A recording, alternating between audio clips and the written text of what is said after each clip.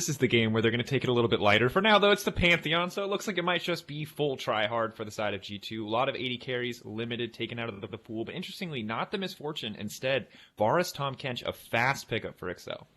Yeah, a very safe lane, usually when it's played in the LEC. Obviously, globally, this lane can be played for dive potential, but just because of how aggro can be juggled with the Tahm Kench Grey health. But usually when you see XL pick it up, and when you see it in European League of Legends, it's traditionally kind of like the defensive lane pushing.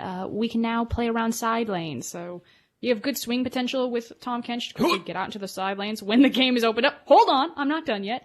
Because they obviously do see a Pantheon. So you see Pantheon, it's going to be zipping and zooming all over to side lanes. Now you got Abyssal Voyage to follow it. Now you may go. Bard is a... Oh, I'm so happy. It's hard for me to come in like that because I just wanted to come in swinging. But anyway, Mykix has now picked Bard. I ask him every week to play this champion, and he's finally done it. And I can't say that he's done it for me, which makes me very excited. He makes me very excited because this champion is, one, very good against Tahm Kench. They try to eat somebody, boom, you throw down the ultimate. That's a 2-for-1 special. You'll love to see it. On top of that, it's now paired with a Neeko. So while the Pantheon may have said serious G2, I'm seeing brewy G2. They're mixing up something fresh for us. They got some kind of cocktail going on that we love to see.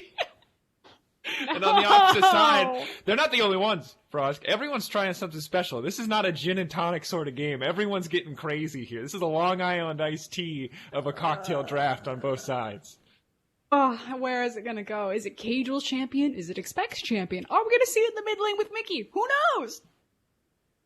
This is... Frost, if that doctor's in the mid lane, I'll be back. Oh no. Oh no!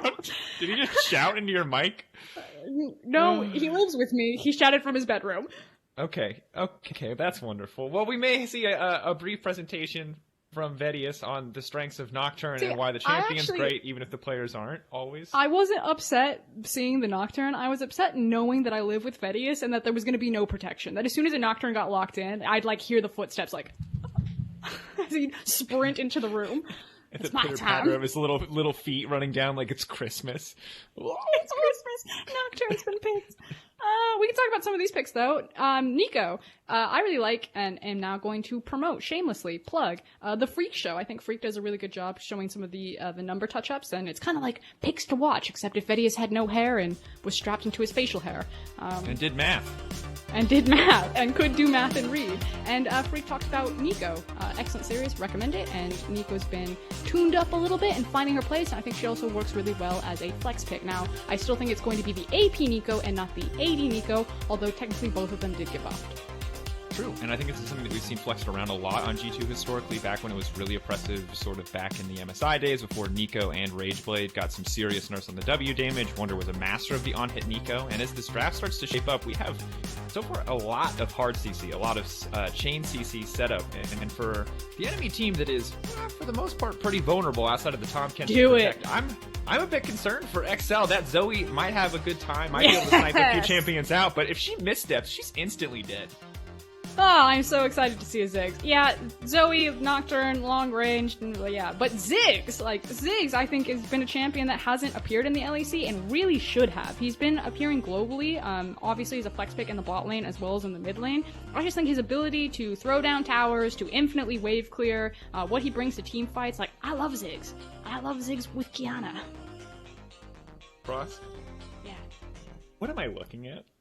did we... I'm sorry. People, they know, just to be clear for everyone at home, we didn't queue up for the Howling Abyss. This is not your dream ARAM comp. They picked these 5 champions. It's Neeko, Pantheon, I'm gonna say Ziggs, Qiayana Bard. Qiayana Bard bot lane. Yeah, it's Qiayana Bard bot lane. That's what you want to bet on? I live for Oh my god! Okay, now we got a Malphite, yes! Oh, this is a game of League of Legends. If you are... Tell your friends. You don't have to win this one, right? I don't care what happens. Tell your friends. Bring everybody here. This is a game you have to see. Come on, let Caps play Qiayana. Don't do him dirty like that, PerkZ. Oh, but imagine just the easy CC setup where you have a Ziggs knocking someone back and you get the free Bard Q, or vice versa. I think an advantage of having Ziggs bot lane versus Qiayana in terms of Jankos' pathing is Jankos actually likes to do the Wolf start, Leashless start on Pantheon, and then hand over blue buff, so I would have liked it still more to have Ziggs there so we could get the early 5-minute blue. Now he's gonna take the blue buff for himself. And now, I mean, the question for me immediately, Froskurinn, is like, how quickly does this game get out of hand?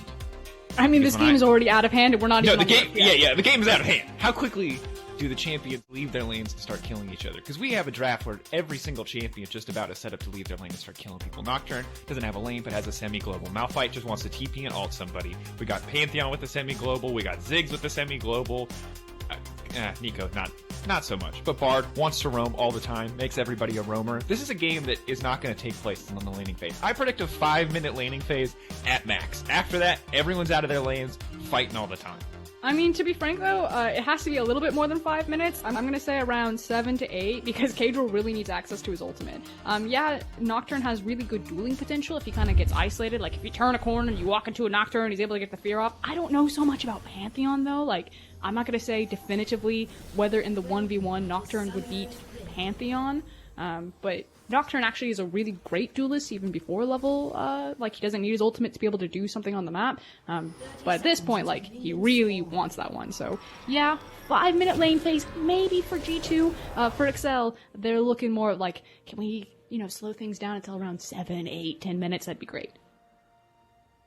And then you just have to pray. Because if there's anything that we've learned about this Pantheon jungle from Jankos, it's that he gets started as quickly as humanly possible. I wish the match of the week would fall down here so I can see what the items are. You need to know more about the match of the week, okay? It was a great game, and we're never going to stop talking about it. Okay, so Jankos is obviously went for Talisman over Machete. Pantheon usually does more so clear through kind of like his AoE damage and taking down the AoE camps, although he is actually starting on his red buff. He's going to change up his pathing now. Jankos, Selfmade, and Caedrel were kind of the three junglers, Jankos in particular did a lot, that were doing the wolf leashless start into Raptors into Krug camp, because it was about farming your tiny camps as quickly as possible, getting them to respawn, rather than doing your big camps, which take a lot more time investment, force your duo lane to leash for you as opposed to getting immediately onto the wave, but Jankos is like, today it's about me. Give me the red buff first, give me the leash, and is now doing a traditional jungle path. And look, you've got a Ziggs Bard bot lane. So it's not like they're not going to get priority in bot lane anyway. So good that they're willing to give that up. Red buff obviously going to offer a bit more extra sustain too, so flexibility in jungle pathing, always good to see. We have Omni Stone for Mickey. He's honestly straight rolled the perfect keystone for level 1 in the form of Electrocute. So that's RNG, please. But otherwise, look forward to this potentially turning into Predator every time he leaves the lane. Very weird keystone. Don't think it's ever objectively right, but it does feel like, good. It's like the Russian roulette of keystones. It's like Unsealed Spellbook if you just really wanted to live that crazy life. Like, that's how I feel about Omnistone. We've seen it in LPL. It was played on Fiddle support by JDG, I believe, and I feel like it's just this... It's like a... Is there no necessary keystone for the champion that I'm playing? Might as well. And you just kind of roll with the dice. And it's so weird, because I've talked to Mickey extensively about this, and usually he's like, into melee matchups, you take Hail of Blades, because you can just slap, slap, slap really fast on a Tahm Kench. You can't really trade back, but I guess he's trying something spicy today. We're going to have to see what it does for him. Maybe he will just get those sweet Predator procs, but for now, honestly, this Varus is just smashing these trades, because Mickey has yet to hit a stun. They can't really do anything in this lane. He's already out of mana. He's going to need to leave to grab Qiayana shortly, and sadly that Aftershock is not going to be huge in the fights to come. And it wasn't going to be a 5-minute lane phase, it was going to be 3, but Jankos was sussed out by Mickey. We got Mickey and Mickey in the game. Ooh, a tough one. Meanwhile, Expect is living his worst nightmare. They may not be on hit Neeko, but since she gets to auto-attack for free against a melee champion, it might as well be. Yeah, it's not going to be fun times for Expect. Now, that said, again, at level 6 is where things will really start to open up. We'll see what Expect actually itemizes for. Just went back and he grabbed the Doran's ring. Just holding on, I guess mana sustain. You just want to farm with Q. Body blocking with the clone. Not going to do a whole lot for Wunder, but he's happy to have that lane control. Can just back for free now. Won't really have to burn TP at this stage. And while Mickey is trading back, he's burning through his mana incredibly quickly. So if PerkZ can just sustain up a bit, he should be fine. But instead, he's just going to take an early back here to get a bit more itemization. And it's fine because at this point, Mickey can't push the wave as quickly as he would like to, as multiple teleports have now been used across the board. It's something to always watch with XL. I'm actually surprised that they only have 2 TPs. They're usually the type of team that come with like 6 TPs. But I guess with the Business Voyage, that one will count. you know, it works. You take what you can get. And It's just the fact that they're a slower moving team. I talked about earlier yesterday that they kind of have like very limited formations, if you want to think about it that way, comparatively to teams like G2 and Fnatic, who are much more fluid and flexible about how kind of they attack the map and what lanes that they play through. The example would be that like Torre never leaves Patrik's side. Of course, obviously this game on a Tahm Kench, like that's kind of his responsibility, but it almost doesn't really matter what champion Torre is on. Whereas if you look at a team like G2 or Fnatic, Mickey and Hilly are almost never with Caps and Reckless. Reckless and Hilly in particular will constantly always separate, and that means that you're in a situation where you're seeing Hilly team up with Whippo or with Nemesis or with Selfmade, and you don't just see that fluidity and that flexibility with XL. You very rarely will see Torre just teaming up with Caedrel or just teaming up with Expect. Yeah, and in the same way that you talk about the Tahm Kench being indicative of the fact that Torre wants to stay around Patrik, the Bard is pretty much the biggest indicator that Mickey has no desire to lane with Caps, that he's going to be the man to roam. Now, for now, he is staying in lane, he's holding as we do see Ziggs back, but looks like Expect might be in trouble here. Without level 6, he's very easy to dive, not going to do a whole lot of damage. The follow-up CC is there from PerkZ. First Blood, easy pickup for G2. Jankos is going to walk that one off with the Aegis Assault. Yeah, and it was just textbook and very clean. Obviously, you want to make sure that Pantheon is leading the charge right there, making sure that he's grabbing the aggro so he can very easily deal with it. As well. Caps! Yeah, he's going to get the Caretaker Shrine there. Patrik just trying to free fire a bit more damage, but Caps did just TP back into lane. Now, PerkZ is actually going to be the one who's caught out. Oh, there's nothing he can do. He gets a little sleepy, he gets taken out. Mickey and Caedrel with a bit of revenge. Really well done. You could tell that PerkZ knew that Mickey was hunting for him, which is why he took such a weird path back into the lane phase. I'd love to see the replay to see what happened on the mini-map there, but, you know, for PerkZ to go over or to go around the blue buff there and Mickey to be in that rush, like, PerkZ knew that Mickey was going to be hunting for him, but good heads-up play from the duo of XL. They've shown a bit more flexibility in adapting into this one. Torre, though, out of mana. Patrik actually controlling the lane very well. They just want to give sight. If Caedrel can just instantly kill someone with his ultimate, that's really what he wants, which is why Jankos is sitting on the control ward here. He expects the Nocturne to be hunting for this ult. They're using Caps as bait. Sidestep. Oh no! No, there's no way he gets out of this with the flash over the wall. He's just gonna give it away. The Ziggs! Caedrel still has the flash, but it's perfect because he makes it out to safety anyway. And now it's Patrik in trouble. Torre's getting taken out. Caedrel wants to do something here, but Mickey's actually the one who's gets traded 1-for-1. Mickey, what were you doing? Now PerkZ is on the hunt though. The action just does not stop. PerkZ now going to go into the play. The stun is there. The Pantheon on the backside. Caedrel just has to run for his life. The fear not going to be enough. Caedrel with the spell shield, but it's too little too late. Jankos on a killing spree. Oh, here comes the rock. No! Sick. Oh? Doesn't connect to Sleepy Troll Bubble. Connect. They do walk away.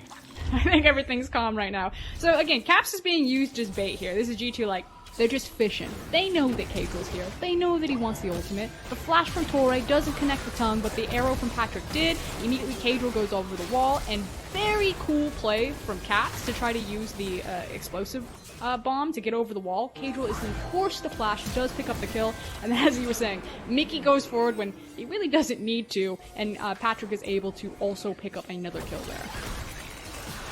Now you look at this one, and this is the good news for G2, is it was looking a little bit questionable there, but when they managed to get 2 on the bottom side, they give up Mickey, it's back to being questionable, but when they grab this kill from Caedrel and they get away, it ends up being that positive trade, and now we have 1,300 gold lead for G2, 8 minutes into the game, and this is the point of the game that you said, Froskurinn, maybe now XL can look to end the lane phase. Maybe now they can get out, they can use these semi-globals, but it might already be too late. When all these laners are starting to pull ahead, and when there's a 3-0-1 Pantheon looking to ult onto the bot side, Patrik run for the hills. There's no way out of this one. It's the lethal tempo Bard. He's chasing him down. It's not going to connect though. Patrik just walking away, but it does not matter. Jankos cleans him up. Torre going to get locked up by the ultimate, setting up for the free stun. Timing doesn't even matter. He won't even go for it. Aftershock not going to need it. And Torre is going to get taken out. Nope. Oh, they were trying to give it to Jankos. Meanwhile, that was pretty awkward. Now Expect has to ult away, so...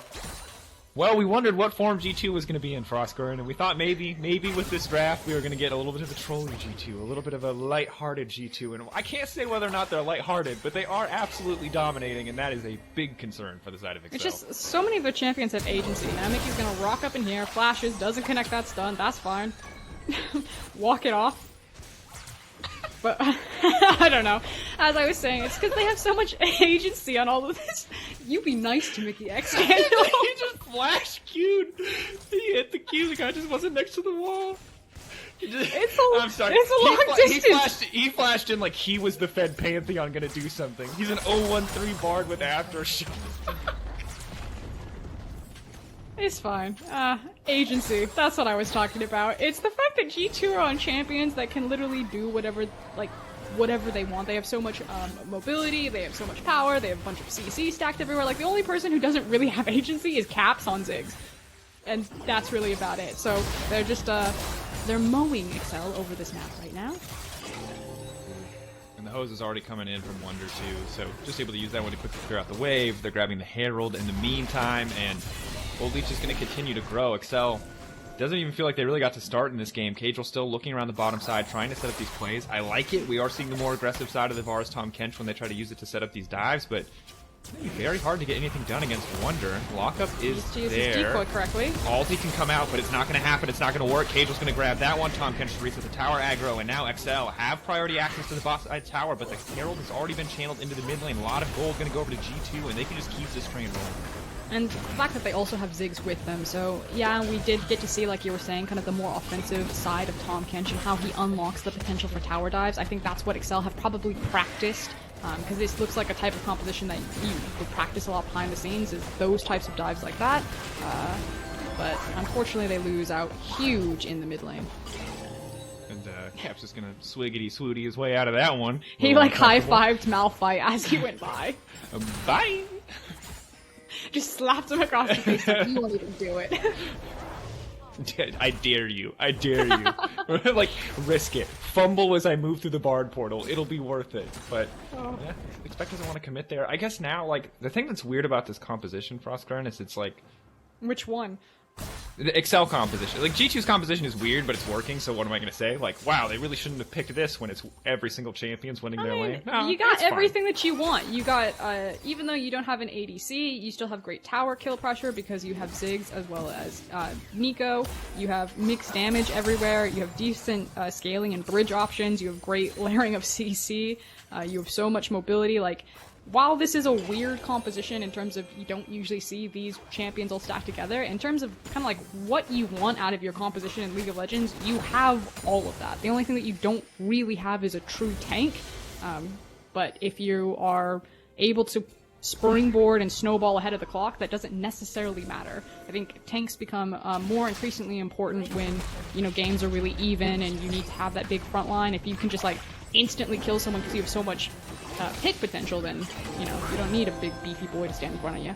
Yeah, and they have so much chain CC that if they do get a solid setup on the side of G2, it doesn't really feel like there's an opportunity for XL to interact. And this is why XL's comp is a bit odd to me. I think when you look at the Malphite, it's like maybe their plan is, hey, if G2 fumble, we can instantly turn. But otherwise, this comp doesn't scream Wombo combo to me, and maybe that's a narrow view of what Malphite can do, is Tori's going to have a narrow view on how long his life will last here on the bottom side. A bit too aggressive, there was no one in the belly there, just decided to serve up some catfish to G2. Going to be a bit questionable, but it will be traded potentially. Bard going to try to walk into this one, the fear does proc. He zooms away, but for some reason manages to make it out of the portal, still goes down, and Mickey now has to run for the hills. Qiayana is going to find the kill, another one for PerkZ. This is an absolute mess of a fight, and XL are continuing to get the short end of the stick. Oh, big ulti, and once again, Caps gets nothing for it, but will be a kill for Wunder as PerkZ continues to be on the hunt, tries to find the follow-up, misses, doesn't even need to hit his skills, misses 2 of the 4 abilities he uses, does not matter. And this is kind of what most games have been looking like if you've been watching G2 recently, and why I still feel that they're such a cut above everyone else. When you have such talented individual players and you can draft compositions that are just kind of stacked with mobility, that team fights, they have changed the landscape. I'll hold it though, because here comes the TP. I think it's Expect. He does have ultimate. Second TP Going as well. Wunder's trying to make his way out of this one. That's going to be the twofer. The follow-up is there. Wunder has to run, but there's nothing left. XL. It may cost them 2 teleports. It may cost them all the ultimates they can imagine, but they do get some vengeance onto G2. And that's gonna feel nice, but kind of like back to the point, it's the fact that G2 are so talented individually that they just split up fights. You don't get to 5v5 G2, and even if you did 5v5 them, you probably still don't want to do that either, but they'll like 2v2, they'll 3v3, they'll 1v1 you, and it's like, everything is in chaos and everything is scattered, and they will test you individually on your decision making and your mechanics, and you will slowly fail. Like, the levies will all break, and that's what happened in this team fight. It's like, the first one broke, the water rushed in, suddenly like XL are ripped from the inside out, and everyone's just like, every man for themselves. Expect dies in this fight, not using his ultimate. And that's kind of been the story of every team that's run into G2 recently with these very high mobility, skirmish-oriented competitions. And here's the thing. I just hope that thought. Jankos is now getting engaged on this. Bad game for replays. Bardol's going to come down, going to deny anyone from getting saved by the Tahm Kench because of the big fat Neeko wall, and that's going to be more than enough to take Malphite. I'll goodbye to expect. Mickey happy to grab that one. Torre just honestly next on the menu. We may be looking at a 20-minute game because I don't see any hope left for XL in this one. Caedrel with the snipe from the darkness. But now PerkZ is coming in on the backside. Nocturne ult's going to be used, but he just gets punted right back into that tower, and one shot. Cap's finally going to grab the kill of his own, and while Mickey has to run away, the flash done from Pantheon will attempt to seal the deal, but it is not going to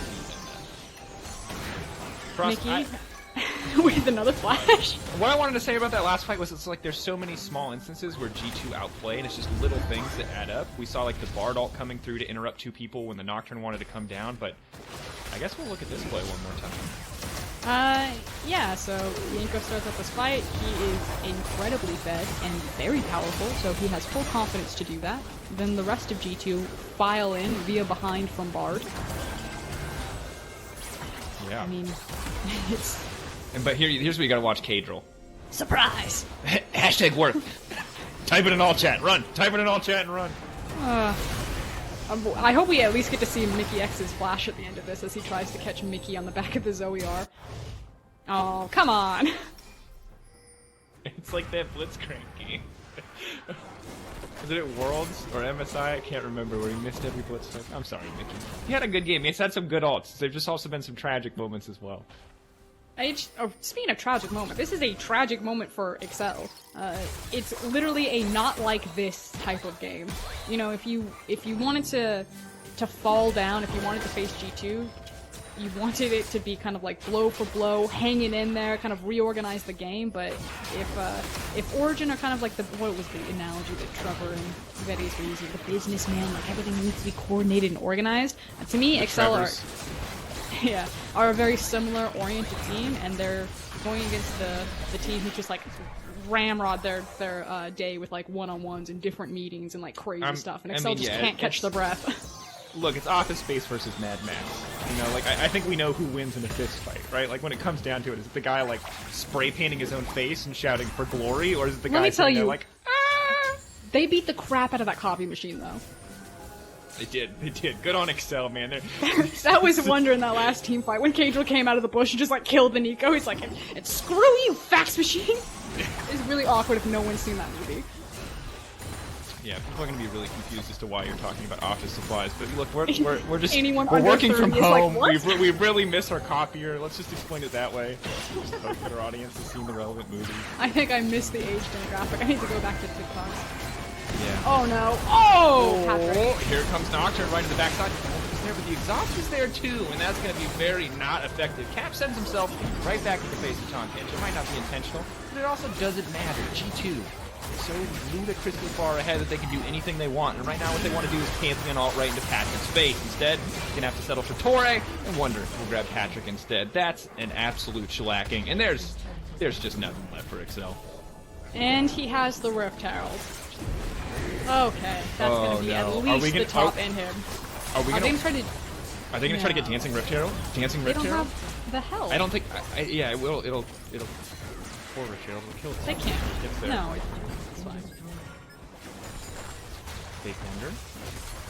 I mean, I guess. Okay, Silver Lining. I can reach for this. Reach. Because the top inhib is down, that now means that there will consistently be a farm lane for XL. Additionally, if XL don't make playoffs, they'll have a lot more free time. That's Silver Lining. That was also a low blow, so we take another look at this team fight. This is it, Frosco. You don't come back from this. The fact that Patrik took so much damage just from basically the long reach of caps there on Ziggs. He's kind of like a Kog'Maw in this composition. You know, he's just like a little Gatling gun.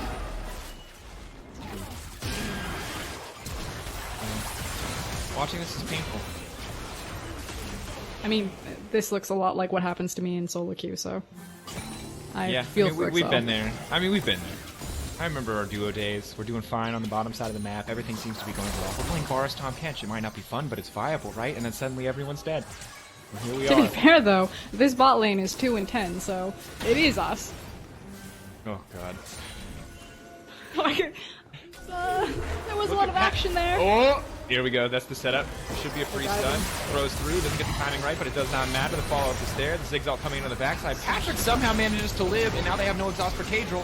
But they're getting... Ooh! Shut down onto the Qiayana. Clean flash. Run! He has no hope of getting away, though. He's getting chased down. That's a Predator Bard. He's just too fast. Expect still has ultimate, though.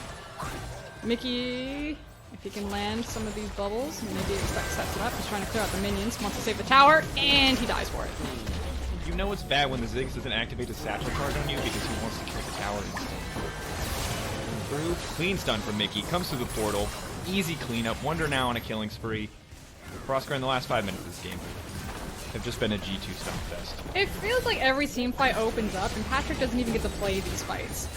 He maybe throws like a single auto attack, and then he just gets blasted from downtown from Caps and Mickey's reach. And then like the threat of Jankos flying back, he just has to get zoned out of the fight, heal back up, and by the time he gets back into the fight, everyone on his team is dead.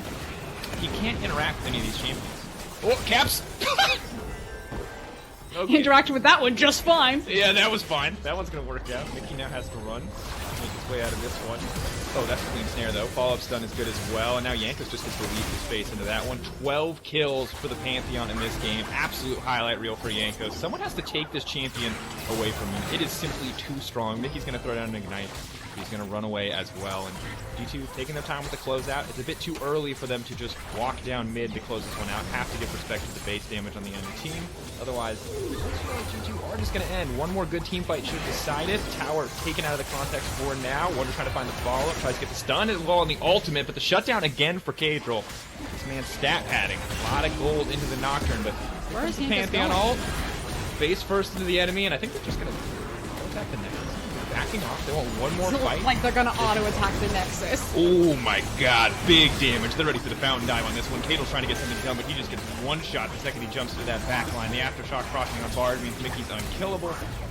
Now Tahm Kench is trying to make his way out to safety, but he will get interrupted. And G2 gonna take the game. And I gotta say, terrible way for Excel's split to end. Sorry to see them drop out of playoffs contention, but when you get far enough down that you rely on beating G2 to make it into playoffs, things are not good. And it was, again, a game that you didn't want to see it end like that. You wanted to see like a close, back and forth game, you know, Excel showcasing on some of like their signature champions, and it just felt like everything fell apart so quickly, and then it just turned into a bunch of skirmishes back to back to back, and things progressively got worse for Excel. I can't even think of, you know, any time I saw Expect ultimate. Outside of that single teleport down there, they never really got to use some of these big setup tools that they had on their comp, like having a Malphite ult. Well, I think ultimately, when we look at it, it's just, there's just not, like, the second that Excel are in that position that you're talking about, where they have to make decisions on the fly, you talked about them a lot as like a set play sort of